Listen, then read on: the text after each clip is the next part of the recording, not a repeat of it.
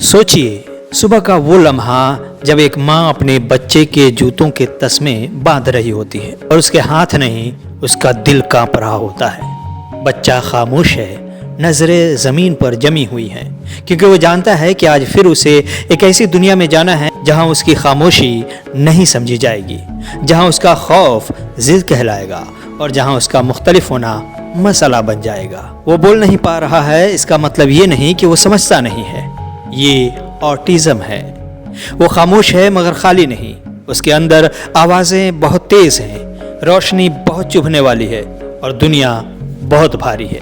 जो आवाज़ें हमें मामूली लगती हैं वो उसके लिए दर्द बन जाती हैं। पंखे की आवाज़, स्कूल की घंटी, बाजार का शोर, उसके दिमाग में सब एक साथ तूफान बनकर उतरता है। वो ज़िद्दी नहीं है, वो बदतमीज़ नहीं है, वो सिर्फ दुनिया को हमसे मुख्तलिफ अंदाज से महसूस करता है। ऑटिज़म से मुतासरा बच्चे की माँ हर रात को खामोशी से रोती है ताकि बच्चा जग न जाए। वो सिर्फ ये दुआ मांगती है कि दुनिया उसके बच्चे को तकलीफ न दे। ये सिर्फ एक माँ की कहानी नहीं है, यह हर उस घर की हकीकत है जहाँ ऑटिज़म के साथ एक बच्चा जीता है।